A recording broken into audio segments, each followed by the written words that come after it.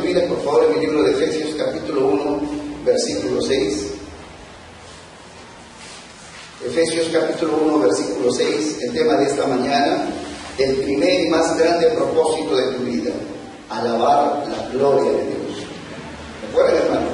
El primer y más grande propósito de tu vida, alabar la gloria de Dios. Vamos a leer esto en Efesios, capítulo 1, versículo 6. Efesios, capítulo 1, versículo 6. Para alabanza de la gloria de su gracia, con la cual nos hizo aceptos en el amado. Una vez más leamos, dice, para alabanza de la gloria de su gracia, con la cual nos hizo aceptos en el amado. Capítulo 1, del verso 3 al 14, se narran las bendiciones, todas las bendiciones espirituales que Dios nos ha dado. En el versículo 3, en el verso 3 ustedes pueden notar allí, bendito sea el Dios y Padre de nuestro Señor Jesucristo, que nos bendijo con toda bendición espiritual. Aleluya. Y comienza desde el verso 14 a enumerar, a describir, a nombrar esas enormes y grandes bendiciones espirituales que Dios nos ha dado en Jesucristo. Pero en el versículo 6 dice, para alabanza de la gloria de su gracia. Es decir, en el verso 4 y 5, el apóstol Pablo ha descrito por lo menos dos grandes bendiciones, dos propósitos. Es decir, el Señor nos ha escogido y nos ha predestinado con dos grandes propósitos. Un propósito, ¿cuál es? En el verso 4 dice, para ser santos y sin mancha delante de Dios. Eso es el verso 4. Y en el versículo 5 dice, en amor nos predestinó para ser adoptados hijos suyos. O sea, es otro gran propósito. Es decir, ¿para qué Dios se acercó a tu vida a través de Jesucristo? Para que seas santo o santa. Segundo propósito, ¿para qué Dios se acercó a tu vida? ¿Con qué propósito? Para que seas hijo. Y así, a lo largo de este relato, hasta el verso 14, se van a mencionar varios propósitos, por los cuales Dios te ha escogido, por los cuales Dios te ha salvado. Varios propósitos. Pero en medio de esos propósitos, el apóstol Pablo va a insertar lo que sería el propósito. No un propósito, no los propósitos, sino el propósito. Es decir, en medio de la descripción de lo que Dios está haciendo en su vida, para qué Dios te salvó, el apóstol Pablo va a establecer la meta, el objetivo supremo, lo más grande que Dios va a lograr en nuestras vidas, es que tú y yo vivamos para alabanza de la gloria de su gracia. Lo tenemos en el verso 6, lo pueden leer también en el versículo 11. Perdón, el versículo 12 dice, a fin de que seamos para alabanza de su gloria. Ese es el verso 12. Y luego al final, el versículo 14, al final dice, para alabanza de su gloria. Entonces, en ese recorrido en el que se está mencionando cuáles son los diferentes propósitos por los cuales Dios te ha escogido y te ha salvado, surge imponente este gran propósito. Ese es el gran propósito, hermanos. ¿Para qué Dios te hace santo? Para la alabanza de su gloria. ¿Para qué Dios te ha hecho su hijo? Para la alabanza de su gloria. ¿Para qué Dios nos redime? Para la alabanza de su gloria. ¿Para qué Dios perdona nuestros pecados? Para la alabanza de su gloria. ¿Por qué Dios nos da? ¿Para qué Dios nos ha dado una herencia? Para la alabanza de su gloria. Entonces, está estableciendo así el gran y supremo propósito de la vida de toda criatura, mucho más de los que somos los hijos de Dios. Y, hermanos, el que se menciona en este relato 3 veces esta expresión, la alabanza de su gloria, en el lenguaje y en la forma de expresión de los hebreos, cuando una palabra o una frase se dice por 3 veces, la expresión está puesta 3 veces, está hablando del superlativo, es decir, está diciendo esto en su máxima expresión, como cuando los ángeles en la visión de Isaías dijeron, santo, santo, santo. No es que Dios es santo solo 3 veces, sino que 3 veces dicho algo, está diciendo que es santo en su máxima esplendor, en su máxima expresión.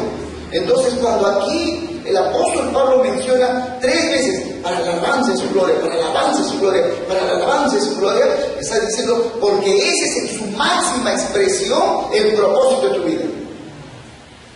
Nosotros estamos hechos creados, hermanos, en la primera creación, pero también hemos sido hechos en la segunda creación, en la regeneración, en la salvación, con un enorme propósito, sublime, para la alabanza de su gloria, para que alabemos y para que podamos adorar la gloria de nuestro Señor. Entonces, ese es el propósito, ni siquiera es el primero, es el propósito, el primero, el intermedio y el final. A lo largo de nuestra vida, mientras se van cumpliendo las diferentes metas y propósitos, por ejemplo, un propósito que ya se ha cumplido en ti totalmente es que ya eres hijo o hija de Dios. Amén. No vas a ser más hijo de Dios, doblemente hija de Dios. Ya somos hijos de Dios en Jesucristo. Amén. Ese propósito ya se ha cumplido. Lo que pasa es que vamos a crecer en la madurez como hijos de Dios, pero ya somos hijos de Dios. Pero cuando vamos cumpliendo, vamos adquiriendo, recibiendo por el amor de Dios esos propósitos en nuestra vida, vamos de la mano entendiendo. Esto no es lo último, ni tampoco era la primera idea de Dios. Esto cumple un papel importante en el propósito supremo, que yo viva para la gloria de mi Dios. Entonces, ¿por qué la alabanza de la gloria de Dios, hermanos, debe ser el propósito más grande, más sublime de nuestra vida? ¿Por qué vivir para la gloria de Dios tiene que ser el propósito supremo de la vida de todo hombre, sobre todo de todos los que son hijos de Dios? Pero hay un significado, y eso es lo que tenemos que tratar en esta mañana. Queremos ver el significado de la gloria de Dios. Y la palabra gloria tiene dos sentidos en la Escritura. El primer sentido es este: honor o reputación excelente. En ese sentido, la gloria de Dios está describiendo el honor en su máximo grado que debe darle a Dios todo en el universo. Es decir, Dios tiene una dignidad, tiene un honor. Su persona, lo que Él es, tiene una dignidad. Y todo el universo debe darle ese honor, el honor de lo que Él es. Por ejemplo, Él es santo, Él es bueno. Nadie es bueno como Él. Si alguna vez respetaste a alguien que es buena gente, pues cuando miras la bondad de Dios, tu respeto llega a su máxima expresión. Si alguna vez estuviste agradecido porque alguien te trató con, por decir así, con amor, y seguramente alguien lo ha hecho en tu vida, tu mamá, tus padres, o tus abuelos, o tu maestra, o alguien te trató con una medida de amor, pero de ahí pasas a mirar a Dios y la medida del amor de Dios, que ni siquiera la podemos alcanzar, entonces tu gratitud explota, porque tiene una mayor dignidad el amor de Dios, Él como un Dios que ama. Si alguna vez respetaste a una persona y dices, esa persona es ley, es legal, nunca plantea, nunca hace nada malo, es correctísima, esa persona es contra correctísima y por eso merece tu respeto. Cuando saltas de esa persona a mirar a Dios, dices, Dios nunca sería capaz de hacer algo injusto, jamás. Y la historia de la salvación nos demuestra el inmenso grado de justicia que hay en Dios. Entonces tu respeto y tu veneración por Dios llega a un sumo grado. Es el honor que Él merece recibir de todo el universo. Eso significa la gloria de Dios. Por eso los salmos nos llaman mucho a eso. Vamos a leer algunos relatos. En Isaías, por ejemplo, Isaías 43:7 dice así. Dice así el Señor: todos los llamados de mi nombre, para gloria mía los he creado, los formé y los hice. Dice, para gloria mía, lo tienen aquí también adelante, si gustan ver ahí. Dice, todo lo que yo he creado, todo lo que yo hice, con un propósito. ¿Para qué dice? Para gloria mía, para mi gloria. Nos ha creado para su gloria. Ese es el sentido primero de la gloria de Dios. Dios tiene un honor y una reputación excelente. Por tanto, nosotros vivimos para exaltar esa gloria de Dios y declarar: Dios es bueno, Dios es justo, Dios es veraz, Dios es fiel, Dios ama, Dios es misericordioso, Dios es compasivo. Aleluya. Y los salmos nos llaman a esto. Tenemos ahí el Salmo 29, verso 1, dice: tributad a Jehová, oh hijos de los poderosos, dad a Jehová la gloria y el poder. Luego el versículo 2 dice: dad a Jehová la gloria debida a su nombre, adorad a Jehová en la hermosura de la santidad. Ahora, fíjense, ¿a quién se dirige este salmo? En el verso 1. Está hablando de los plebeyos, está hablando de los campesinos de Belén, de los pescadores que están ahí cerca del río Jordán. ¿De quién está hablando? ¿Dice de quién? Aquí dice, tributen a Jehová, dice, o hijos de los poderosos, a los nobles, los reyes o los príncipes, gente que tiene poder económico o diferente tipo de poder, que tiene cierto nivel delante de la sociedad. A ellos se dirige y decirle, a ellos tienen que dar a Jehová la gloria, la gloria. Quizás una persona, diríamos que parece un anónimo, que es de bajo poder intelectual o político, o no tiene fama, o no tiene dinero, quizás esa persona para él, todos son superiores y todos son grandes, y a todos le dice, bueno, son grandes personas, todos son importantes para él, por la condición en la que se ve. Pero un noble, un príncipe o un rey, probablemente hace mucha selección. Ante ese tipo yo no me inclino.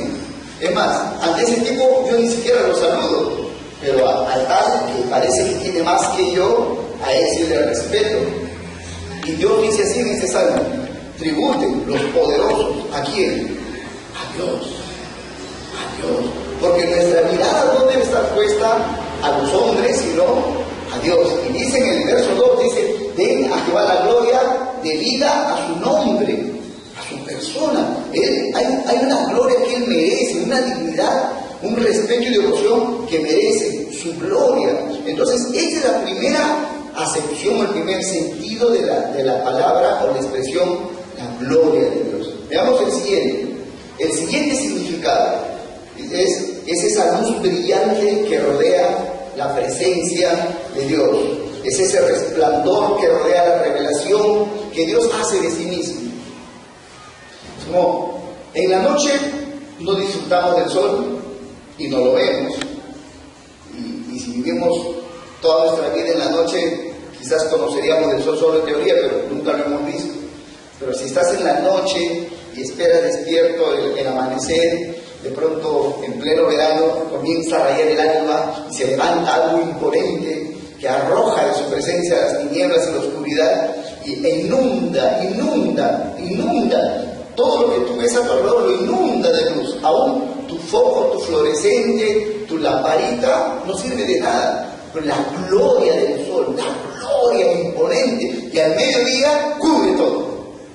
Y la luz al mediodía hace desaparecer tu sombra al mediodía. No hay sombra para ti.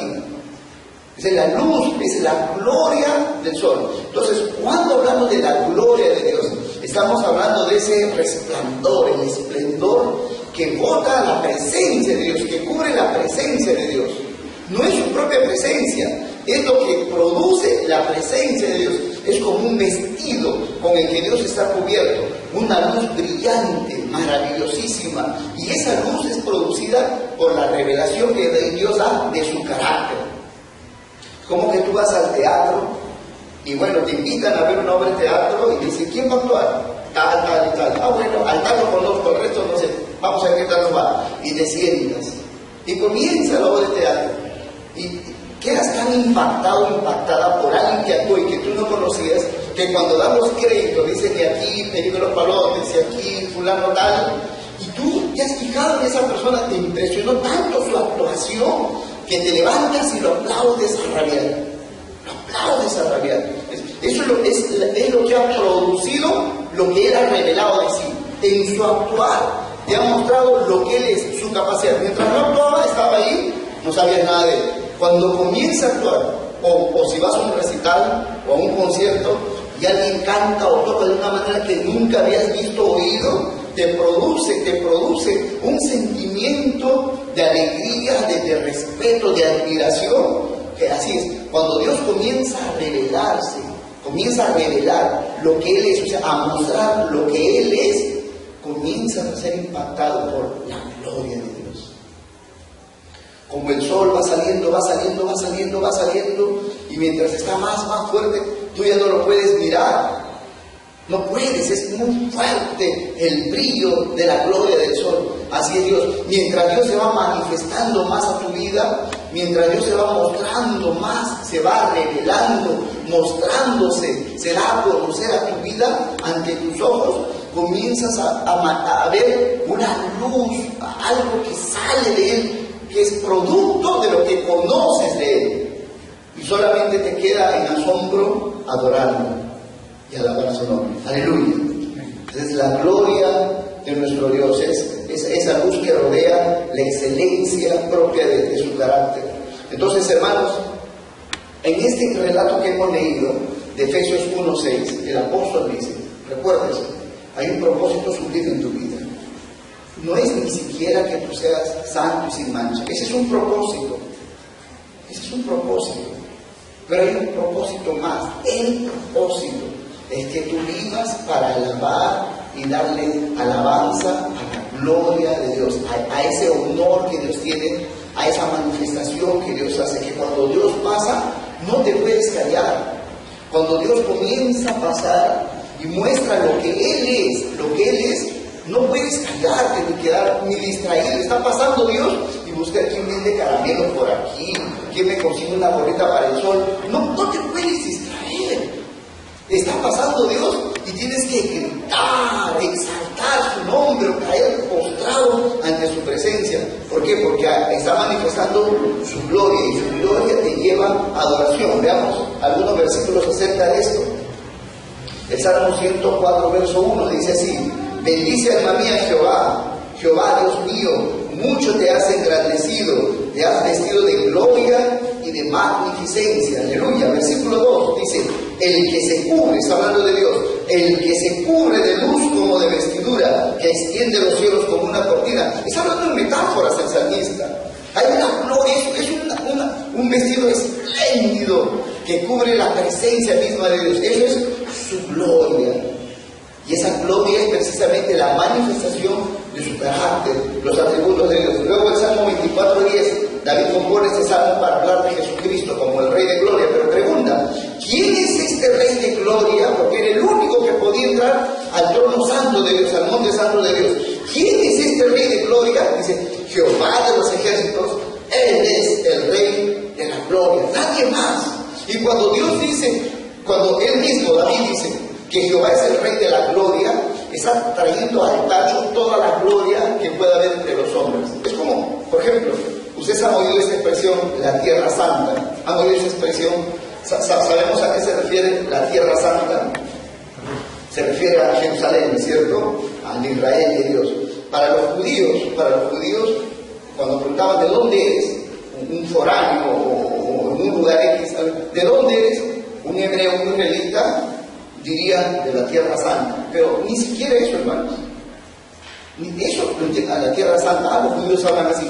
Ni siquiera decían, no decían de la Tierra Santa, decían, yo soy de la tierra. Pero tú estás loco. Pero si los demás también somos de mar. Tú eres de la tierra, nosotros también, o sea, un romano, un fenicio, un sidonio, un egipcio diría, oye, israelita, nosotros también somos de la tierra. No, solo nosotros somos de la tierra. Todo lo que está fuera de Israel no es tierra. Es el concepto del hebreo.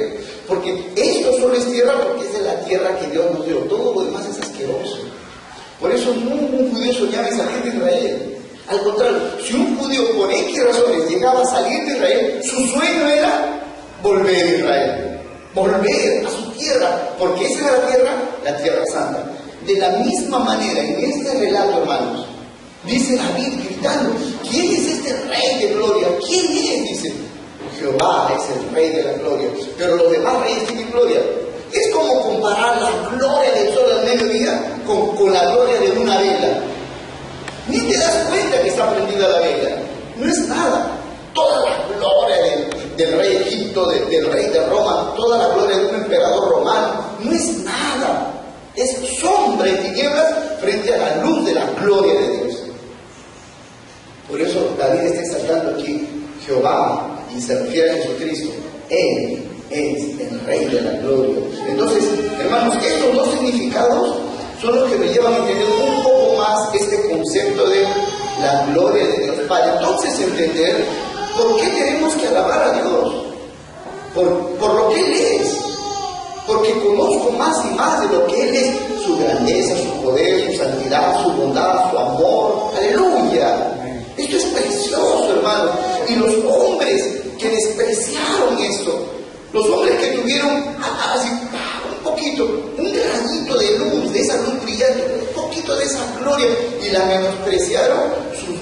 terminaron de maneras miserables. Por eso el apóstol dice esto. Quiero que vean en el libro de los Salmos. Ahí en el libro de los Salmos, Salmo 106, del 19 al 21, se escribe esto, hermanos, en relación al desprecio, a la gloria de Dios. Dice: hicieron becerro en Horeb. ¿Se acuerdan? Eso está hablando del pueblo de Israel en Egipto. Dice: hicieron becerro en Horeb. Se postraron ante una imagen de fundición. Verso 20. Así cambiaron su gloria, o sea, la gloria de Dios, por la imagen de un buey que come hierro. Eso es miserable, eso es una actitud enferma. Verso 21 dice: olvidaron al Dios de su salvación, la gloria de la salvación la menospreciaron. Dice que había hecho grandezas en Egipto. ¿Se dan cuenta? Esto hizo el pueblo de Israel. Despreciaron la gloria de Dios, cambiaron la gloria de Dios. ¿Por cuál gloria? La gloria de un animal. O sea, no agarraron un buey. Un buey huele feo. Un animal huele feo, se mueve, puede ensuciar el ambiente. Entonces, ¿qué hicieron? Para que tenga gloria, ¿qué hicieron? Un becerro de oro. Ahí está, ahora sí tiene gloria. Entonces trajeron sus aretes pendientes, todos sus regalos, sus cosas de oro, y fundieron todo, hicieron un becerro de oro. Y dijeron: estos son tus dioses. Y protesta Dios aquí, dice, protesta, se hicieron un becerro, dice, y cambiaron la gloria de Dios por la imagen de un buey que come hierro. Imagínense. Consecuencias, sabemos, el pueblo de Israel, porque hizo, no esto una vez, muchas veces lo hizo. No siempre cambió la gloria de Dios por un carnero, por un animal no hecho de fundición de oro. Lo cambiaron por comida, hermanos. Lo cambiaron por agua, por cualquier cosa lo cambiaron, porque no conocieron la gloria de Dios, se olvidaron de lo que Dios es y de lo que Dios hizo por ellos. Y por eso Pablo generaliza para todos los hombres. Romanos capítulo 1 del 21 al 24, dice así Pablo, está hablando ahora de todos los hombres, ya no solo del pueblo israelita. Dice así, Romanos 1, 21, pues habiendo conocido a Dios, no le glorificaron como a Dios, ni le dieron gracias, sino que se envanecieron en sus razonamientos, y su necio corazón fue entenebrecido. Profesando ser sabios, hicieron necios, y cambiaron la gloria del Dios incorruptible en semejanza de imagen de hombre corruptible, de aves, de cuadrúpedos y de reptiles, por lo cual también Dios los entregó a la inmundicia en las concupiscencias de sus corazones, de modo que deshonraron entre sí sus propios cuerpos, porque no queda otra, no hay otra consecuencia. Un hombre que por la misericordia de Dios puede ser testigo, aunque sea de una gota de la gloria de Dios, un rayito de luz de la gloria de Dios, y cambie esto por cualquier gloria de esta tierra, de este universo, eso que se hace es necedad total, es maldad en el corazón, y esa maldad trae consecuencias. Un hombre que cambia la gloria sublime de Dios por cualquier gloria terrenal, temporal, hermanos, solamente va a quedar en la miseria, en la desgracia. No digo miseria económica, sino una vida miserable. ¿Cuántos hombres y mujeres ricos, pero verdaderamente ricos, pero con vidas miserables, pudriéndose de dolor en la soledad? Eso es parte de las consecuencias de alguien que habla de esto. Pero aquí no está hablando, hermanos, está hablando en general de todo ser humano, porque todos hemos hecho esto de una u otra manera, pero aquí está hablando incluso desde el inicio, hermanos. Y muchas veces yo había visto esto y lo había considerado, bueno, esto comenzó con Israel, pasó por los egipcios que adoraron al dios Careperro, a Anubis, y adoraron a la rana y aquí al sol y a todo lo demás.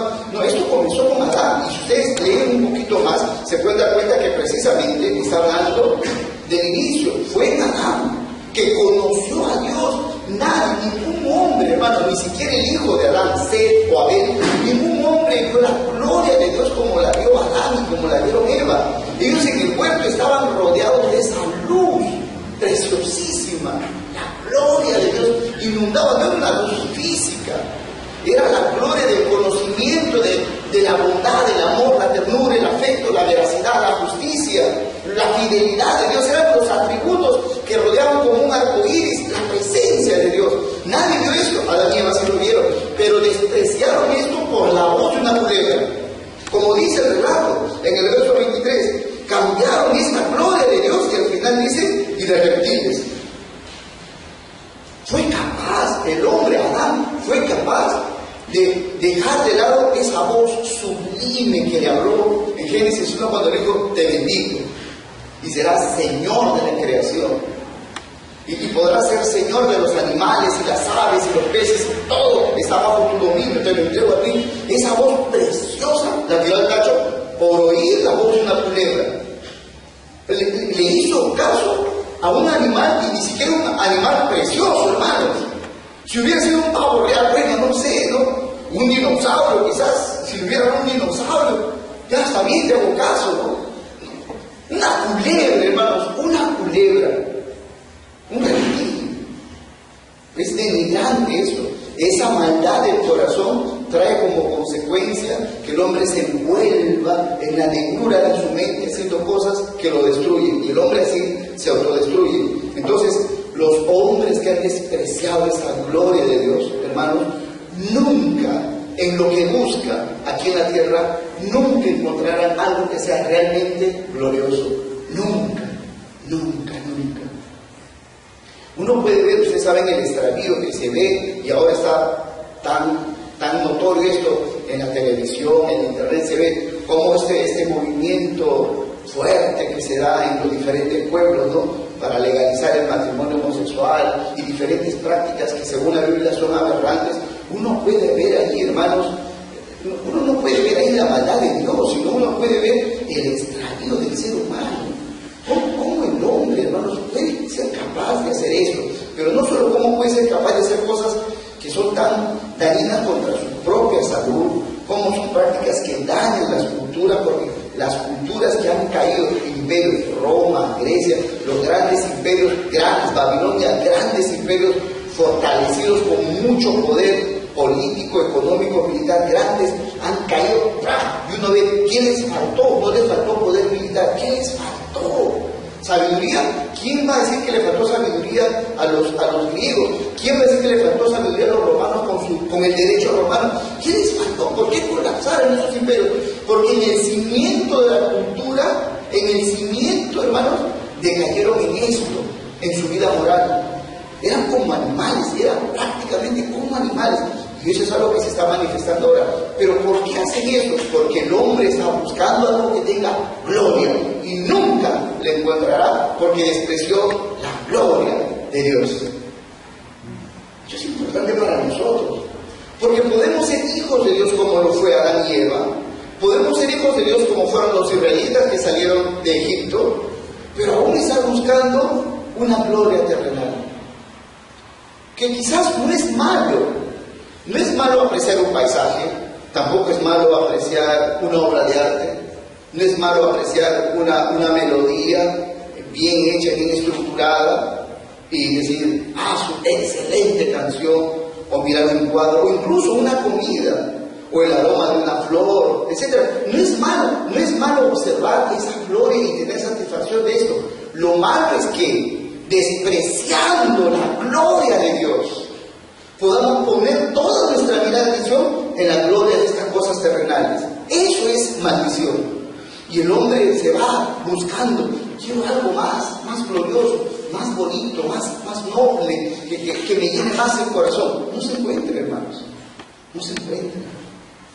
Porque el corazón se sacia y los ojos se sacian solo cuando ves la gloria de Dios, porque no hay nada más sublime que nuestro Señor. Por eso, hermanos, podemos ver el testimonio de aquellos que alabaron la gloria de Dios cuando contemplaron a Dios. En el siguiente, hubo gente que contempló la gloria de Dios, y cuando contemplaron, hermanos, unos se fueron para otro lado, despreciando esta gloria, pero otros, después que contemplaron esta gloria, hermanos, se rindieron. Yo nunca encontraré nada como esto, nunca, jamás, nunca. Y se rindieron en adoración, y ese encuentro con la gloria de Dios, con esa luz, cautivó sus vidas. ¿Cómo? Vamos a leer más adelante esto, pero ¿usted recuerda a Moisés?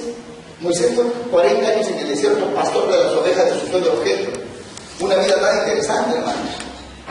Una vida de retirado para un militar exitoso y fracasado, pero ser pastor de ovejas y ni siquiera sus ovejas, sino de su suegro, no era una vida grata.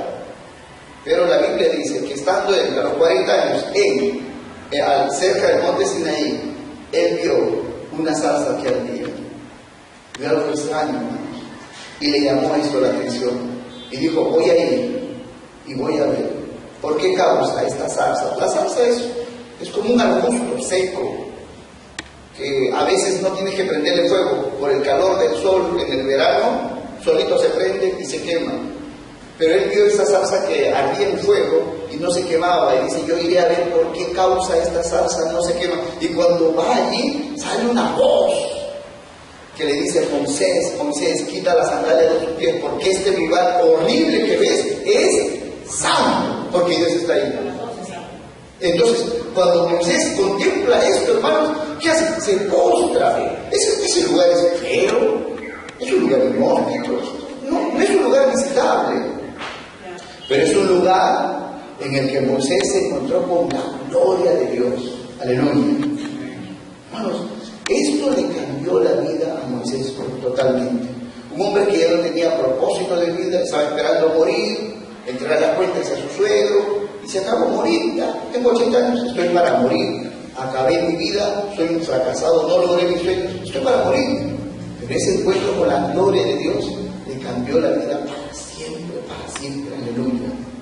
Entonces ha habido hombres que en el encuentro con la gloria de Dios, y recuerden, hermanos, no es que tienes que ir a tu casa y Dios tiene que abrirlos, el techo de tu casa, y en plena noche, en total oscuridad, sale una luz que viene del sol y dices, esto es la gloria de Dios. Algo de esto pasó a algunas personas, pero como un símbolo y como una señal de esa gloria maravillosa que vendría a nuestras vidas en Jesucristo, por la palabra de Dios. Amén, hermanos. Pero hermanos, cuando hubo en la Escritura algunos hombres y mujeres que contemplaron esta gloria de Dios, no lo pensaron dos veces, dijeron, nunca encontraré nada más digno que seguir ni buscar como esto. Y se agarraron de esa gloria, se amarraron de esa gloria, ahí vivieron, allí murieron. Uno de ellos de estos es precisamente Moisés. Vamos a leer en el libro del Éxodo, capítulo 24, versículo 16, lo tienen aquí adelante, dice así, y la gloria de Jehová reposó sobre el monte Sinaí, y la nube lo cubrió por 6 días, y al 7º día llamó a Moisés de en medio de la nube. Luego, más adelante, capítulo 33, verso 18, él entonces dijo, te ruego que me muestres tu gloria. Es decir, Moisés no entendía mucho de esto, pero una y otra vez Dios lo llama y lo separa del campamento de Israel, que están en el desierto. Lo llama, una y otra vez. Y cuando Moisés estaba junto al Señor, dice en el verso 16 que hemos leído, dice que la gloria de Jehová reposó sobre el monte. Lo cubrió, hermanos, a Moisés, lo cubrió. Él no buscó esto. Fue un regalo que Dios le dio, una gracia. Lo cubrió, lo envolvió. Él estaba envuelto de los atributos de Dios. Puedes imaginarte, es como salir a comer con un hombre noble, o una mujer noble, o una familia noble. Eso es como salir a cenar con una persona que es no solo buena, noble, respetuosa, generosa, muy culta en su hablar, y suma más cosas. Súmale más cualidades. Entonces dices, nunca volveré probablemente a salir con una persona como esta. Lo máximo. Y Moisés fue envuelto de esa gloria. Después de un tiempo, Dios dice a Moisés, capítulo 33 de eso que hemos leído, Dios dice a Moisés, Moisés, vas a ir con el pueblo y yo te voy a acompañar. Y Dios dice, Moisés le dice a Dios, Señor, dice, una cosa te pido, dice, si tú no vas a ir conmigo, no me envíes. Yo con esta gente no voy. Y esta gente me quiere matar. Si tú no vas conmigo, no me envíes. Y Dios le dice, mi presencia irá contigo. Yo voy a tu lado. Y ahí se aprovecha Moisés. Ahí, en ese momento se aprovecha. Si vas conmigo, ahí le dice, entonces te ruego, ¿qué le dice? Muéstrame tu gloria.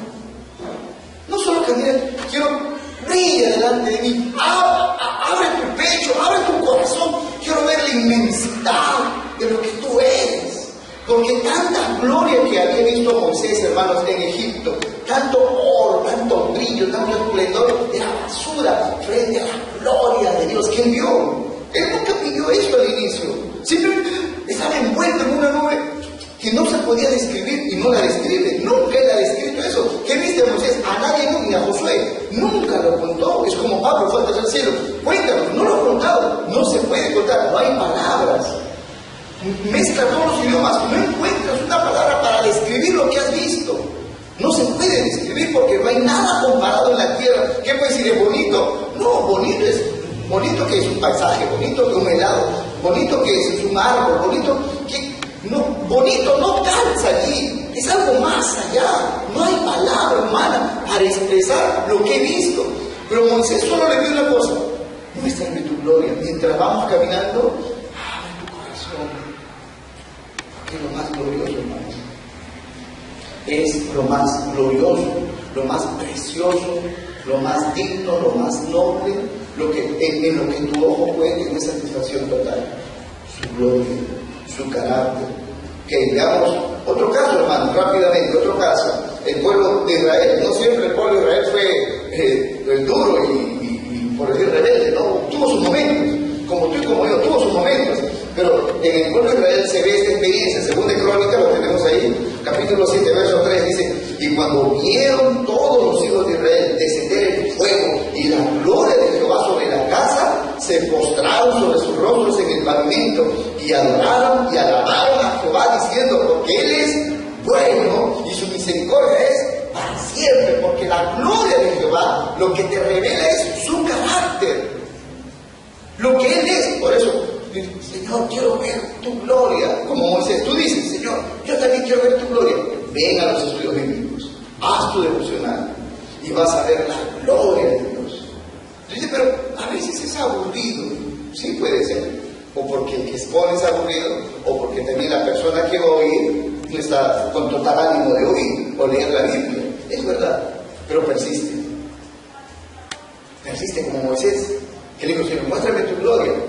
Quiero ver tu gloria. Y Dios le dijo: no, Moisés, no puedes ver mi gloria porque si la ves mueres. Eso es lo que Dios le dijo.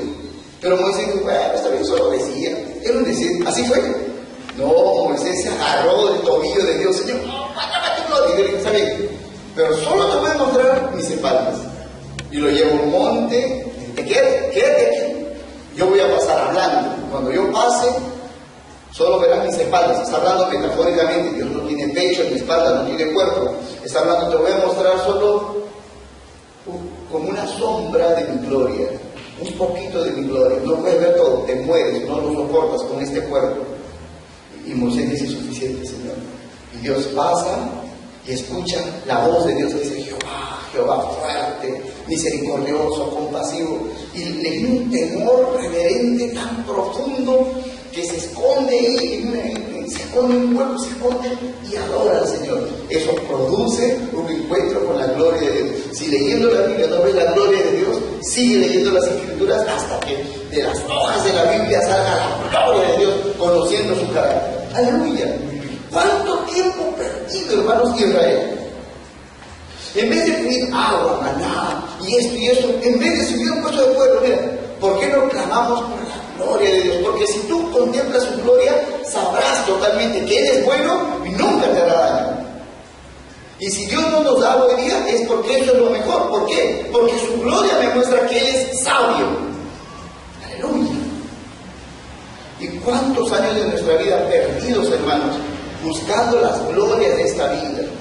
Glorias pálidas, tenues, perdiendo la gloria de Dios, conociendo el carácter precioso de nuestro Señor. Otro, vamos a leer, el siguiente, David, el rey David, en el Salmo 145, verso 5, dice así: en la hermosura de la gloria de tu magnificencia y en tus hechos maravillosos meditaré siempre. Miren lo que dice David en este salmo, hermanos. Dice: en la hermosura de la gloria de tu magnificencia y en tus hechos maravillosos meditaré. Salmo 26:8 dice así: Jehová, la habitación de tu casa he amado y el lugar de la morada de tu gloria. Miren, hermanos, cuando uno pasa de un, ¿cómo puedo decir?, de un nivel social o económico X a un nivel económico, o sea, mucho más elevado, piensas que esto es lo todo. Piensas que esto es lo todo. Si alguna vez viviste en una casa que no era tan grata para ti, no era tan esa casa boliviana, y de pronto te mudas a una casa que parece un palacio, sientes que eso es lo todo, y es glorioso ese lugar, y te sientes en un paraíso, y te sientes rey o reina. David, hermanos, vivió en la chacra en Belén, cuidando las ovejas de su papá. No esperas una casa cómoda en el campo. Probablemente la casa que tenía en la ciudad, Isaí, el papá de David, era una casa bonita, probablemente. No se sabe o no se dice que el papá de David era pobre. Lo que se presume es que no era un hombre pobre, pero David no vivía allí en la casa, o por lo menos pasaba buen tiempo en la chacra en Belén, con las ovejas. Allí pasaba tiempo, y no se puede esperar en el campo, si ha visitado el campo, que en el campo haya pues casas bonitas, son de palos y todo lo demás. Es de campo. Pero David pasó a ser rey. Y ya no a vivir en la casa de su papá, sino en un palacio real. Su ropa era ropa de rey. Su asiento era un trono probablemente de oro. Tenía muchas cosas que brillaban, hermanos. Pero él dice en este salmo que hemos leído, en el 145, dice: la hermosura de la gloria de tu magnificencia y en tus hechos maravillosos meditaré. No estaba pensando, bueno, mi casa, mi palacio es muy bonito, pero sé que los romanos tienen un palacio mejor, o el faraón egipcio, he visitado y su palacio es espléndido, quisiera agrandar más mi palacio. No le importa, David. No le importa, porque ha visto una gloria que nadie la puede rebasar de la presencia de Dios. Y eso también lo reafirma en el Salmo 26 cuando dice: he amado tu casa, hermano. Pon esto en tu corazón y en nuestro corazón, hermanos. He amado tu casa.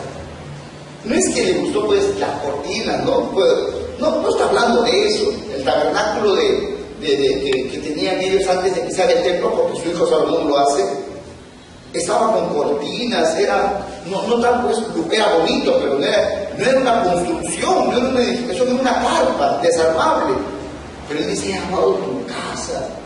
Está hablando de su gloria, su presencia.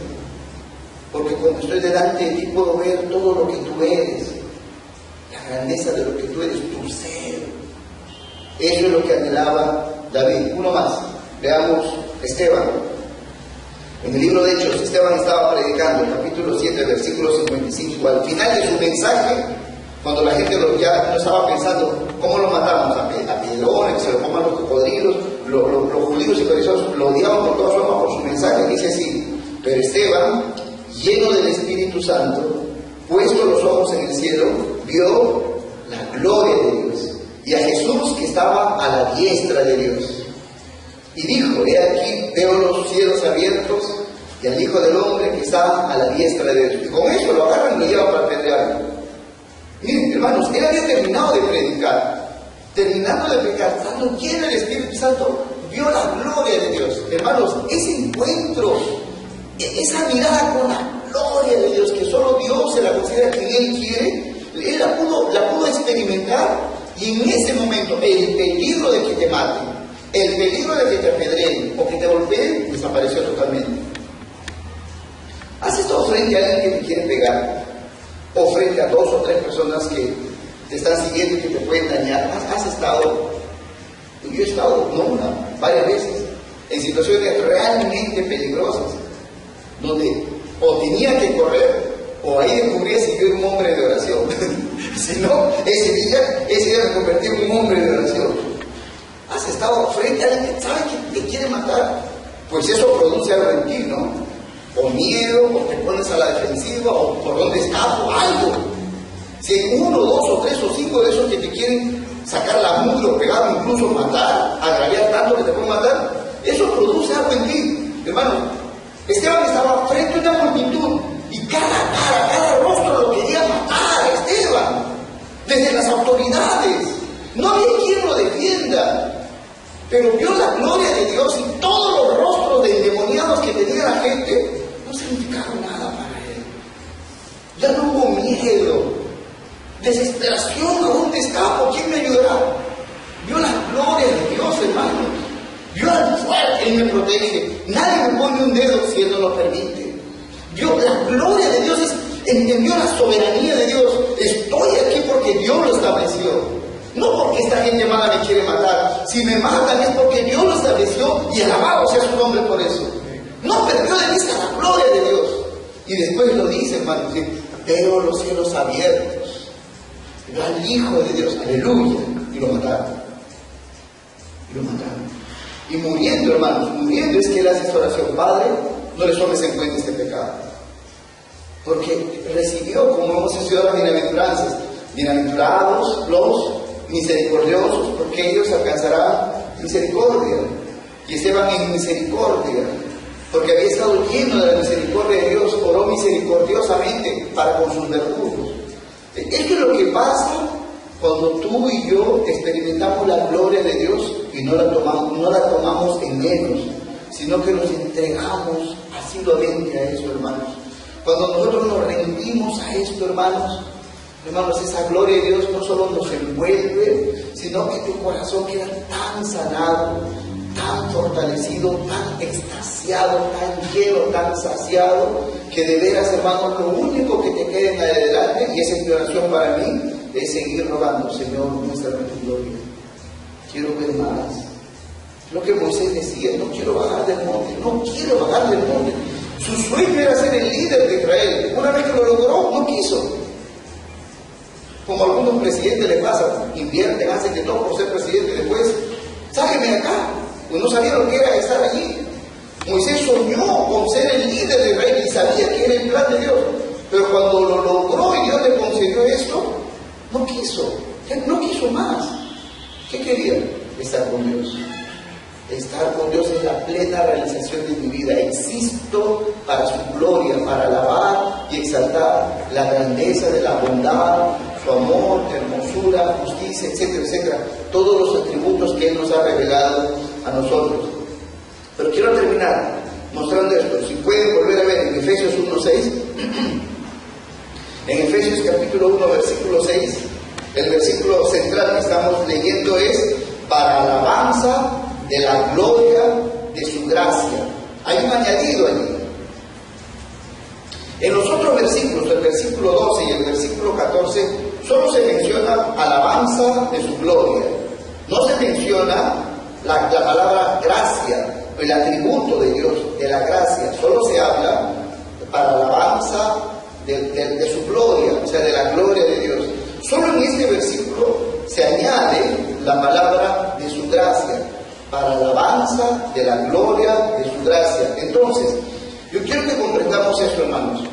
Dios ha mostrado lo que Él es, la inmensidad, lo infinito. Por ejemplo, Dios es fiel infinitamente. O sea, nunca en la eternidad habrá un día que diga algo y después se desdiga. Nunca.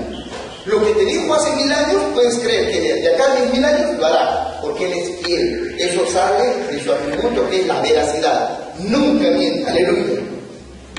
Por ejemplo, es bueno, siempre será bueno, siempre, nunca dejará de ser bueno. Es justo, sí. Es santo, sí. Nunca cambiará, eso es inmutable eso. Por ejemplo, Dios es justo, siempre aborrecerá el mal. Donde esté, Dios lo aborrece y lo castiga, y ejecuta sus juicios sobre algo que es malo, pecaminoso, sobre cualquier rebelión contra Él. Es así Dios, y así será por la eternidad. Antes de que Dios cree el mundo, no se mostró porque no había pecado, y no había quien peque, solo existía Dios. Y cuando estemos en el cielo, hermanos, en la eternidad, probablemente quizás, estoy hablando quizás una tontería, pero como que nos olvidaremos de la justicia de Dios. ¿Por qué? Porque caramba, nadie pecará en el cielo. No habrá pecado ni maldad. Entonces, bueno, no se va a manifestar la ira de Dios sobre el pecado, que es parte de su justicia. Pero un momento, existirá paralelamente al cielo el infierno. Y el infierno será un testimonio eterno de la justicia de Dios, de que Dios aborrece el pecado y que Dios, el castigo que determinó sobre el pecado, no lo cambia, lo cumple.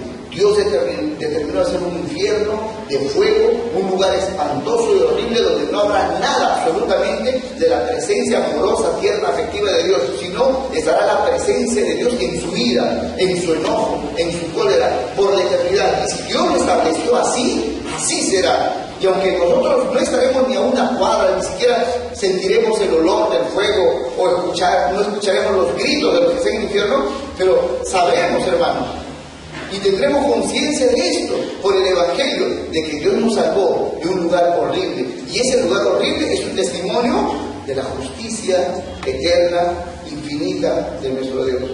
Pero Dios, mostrando sus diferentes atributos, hermanos, hay un atributo que es, no digo que es la corona de sus atributos, pero aquí Pablo es el atributo que quiere resaltar, su gracia. Porque aunque es cierto totalmente que Dios es justo y aborrece el pecado, también es cierto, hermanos, que Dios perdona el pecado. Bendito sea su nombre. Que Dios atiende al miserable en su misericordia. Pero más que eso, Dios da gracia. Es decir, Dios ayuda al que lo único que merece es castigo. Dios no solo te ha atendido a ti porque estabas mal. Lo único que tú y yo merecíamos era castigo y castigo eterno. Y el atributo que calzaba en tu necesidad y mi necesidad era su gracia. La gracia es la bondad de Dios que se manifiesta a aquel que lo único que merece es castigo. Eso es su gracia. Y por eso Pablo muestra eso. Dice, vamos a alabar, es para alabanza de la gloria de su gracia. De su gracia. Por eso que cuando evangelizamos con mucha seriedad y solemnidad, le decimos al pecador, mira, tu vida y tus acciones no son del agrado de Dios, definitivamente.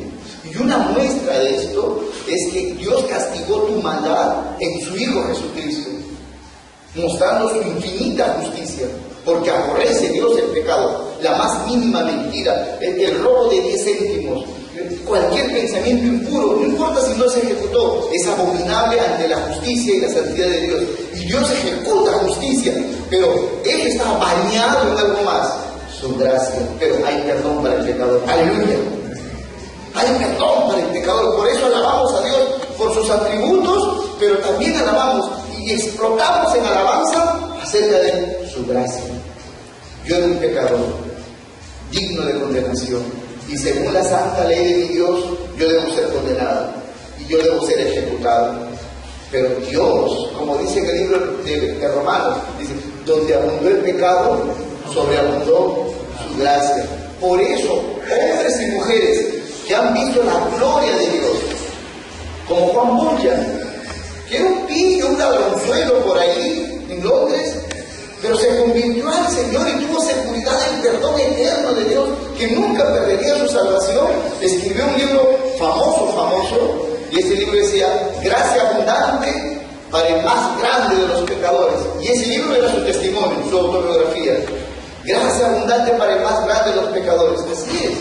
Este otro hombre también europeo, John Newton, que era un traficante de esclavos, era un perverso, había violado a muchas mujeres esclavas, era un endemoniado realmente digno de muerte, como tú y yo. Pero en una tempestad en alta mar se encontró con la gloria de Dios y supo en ese lugar triste, a punto de morir, cuando el barco estaba por colapsar, encontró la gloria de Dios en el perdón de Jesucristo.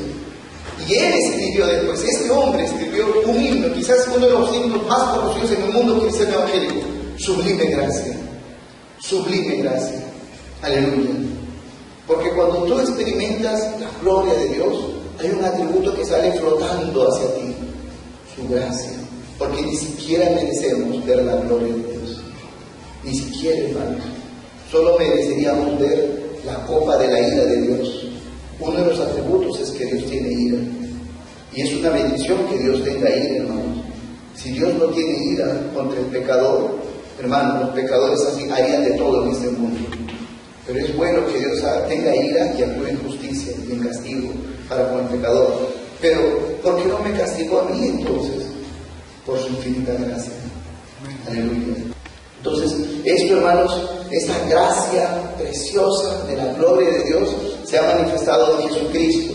Dice así Juan, capítulo 1, verso 14, y aquel verbo fue hecho carne y habitó entre nosotros, y vimos su gloria, gloria como del unigénito del Padre, lleno de gracia y de verdad. Aleluya, aleluya. Juan 1:18 dice, a Dios nadie le vio jamás. El unigénito Hijo Jesucristo, que está en el seno del Padre, Él no solo le hizo, sino Él le ha dado a conocer. ¿Cómo hemos conocido la gloria del Padre? Porque ningún hombre la ha visto plenamente. ¿Cómo? En Jesucristo. Efesios 2:7 dice, para mostrar, Dios nos ha salvado para mostrar en los siglos venideros las abundantes riquezas de su gracia, en su bondad para con nosotros en Cristo Jesús. Aleluya. Hermanos, para nosotros como cristianos, hermanos, de verdad, nosotros como cristianos tenemos una tentación tan fuerte. Estamos acechados por el enemigo, tremendamente, hermanos. En un momento, para hacer cosas que son realmente malas, pecaminosas. Esa es una tentación fuerte que todo hijo de Dios experimenta. Pero, hermanos, no solo es eso. También nosotros recibimos y estamos bajo el acecho de Satanás, de los demonios y de la cultura, hermanos, para buscar algo glorioso en esta vida y quedarnos allí. Y esa es una tentación terrible con muchos cristianos. Muchos cristianos ya no van a las cantinas. Muchos cristianos dejaron el cigarro, la droga. Muchos cristianos dejaron el adulterio, ya no roban, ya no hacen cosas que antes evidentemente eran pecaminosas. Ya lo dejaron eso, por la gracia de Dios. Pero se sienten tan felices solo porque dejaron eso. Pero se sienten felices en su entorno natural, en su casita, con su sueldito, con su familia, porque tienen cierto grado de salud, porque tienen cierta estabilidad económica y sienten que eso es la vida. Eso es miseria, hermanos. No nos salvó Dios, no nos sacó del pecado para quedarnos solamente sin pecado. Nos sacó del pecado para algo más sublime, hermanos, para ver su gloria y explotar en alabanza. Si nuestro corazón no tiene ese deseo de conocerle más, de admirarle más, algo no está andando bien, nos hemos detenido en el camino, nos hemos detenido, algo nos ha detenido, la gloria de esta vida. Por eso Juan dice, 1 Juan capítulo dice, no amen este mundo, hermanos, no amen este mundo, ni las cosas de este mundo, porque las cosas de este mundo, la gloria del mundo, las cosas que entran por los ojos, todo eso pasa, pero la palabra de Dios permanece para siempre. Aleluya. Amados hermanos, como dijo el Señor Jesús, venid a mí. No se lo dice a los de fuera, Jesús le dice a sus discípulos, venid a mí, los que están trabajados y cargados, venid a mí y yo les daré de comer, venid a mí, bebed mi sangre, comed mi carne, que es vida para ustedes. Vengan a mí, escudriñen las Escrituras, porque ellas dan testimonio de mí. En las Escrituras hay una gloria que sale hablando de mí. Vengan a mí, hermanos, vengan a Cristo todos los días, busca a Cristo, la gloria del Padre. Mira a Cristo en su obra, en su muerte, en su resurrección poderosísima, llena de la gloria de Dios. Disfruta, eso es la vida para nosotros. Y hermanos, ese es el antídoto contra el estrés, contra la depresión. No hay miedo a la muerte cuando ves la gloria de Dios. No hay miedo a la pobreza, no hay miedo al desempleo, no hay miedo a la enfermedad, no hay miedo al divorcio, no hay miedo a nada cuando eres envuelto por la gloria de Dios, porque no hay nada más que vas a desear, sino más de la gloria de Dios. Aleluya. Vamos a orar. Padre Santo, Señor, en esta mañana estamos delante de ti, Señor. Reconocemos que eres grande, poderoso, sabio, fuerte, que lo conoces todo, Señor. Eres omnisciente, que estás en todo lugar, Señor amado, que eres bueno, infinitamente bueno, que eres amoroso, que eres un Dios lleno de gracia, que eres el único Dios verdadero, que no existe ningún otro Dios. Solo tú eres el Dios creador, que nos ha creado y nos ha dado vida para honrarte y alabar tu santísimo nombre, Señor. Y aquí estamos para hacerlo, Señor. Te reconocemos como Dios, como nuestro amado Dios, como Dios misericordioso, que se compadeció de nuestra terrible degradación, Señor. Te damos gracias porque tuviste compasión de nosotros y nos enviaste un poderoso Salvador. Gracias porque nos has perdonado y nos has salvado. Señor, como dijeron otros ya, Señor, también te pedimos, muéstranos tu gloria. Queremos conocerte más y queremos que tu gloria brille en nuestros ojos, que nuestros ojos queden inundados de tu luz, Señor, para que todo nuestro corazón, Señor, quede sin tinieblas, para que nuestro corazón esté lleno de tu luz, Señor, de tu gloria, para amarte desde el corazón, para servirte desde el corazón, Señor. Aquí sea la gloria, Padre. Oramos en el nombre de Jesucristo. Amén.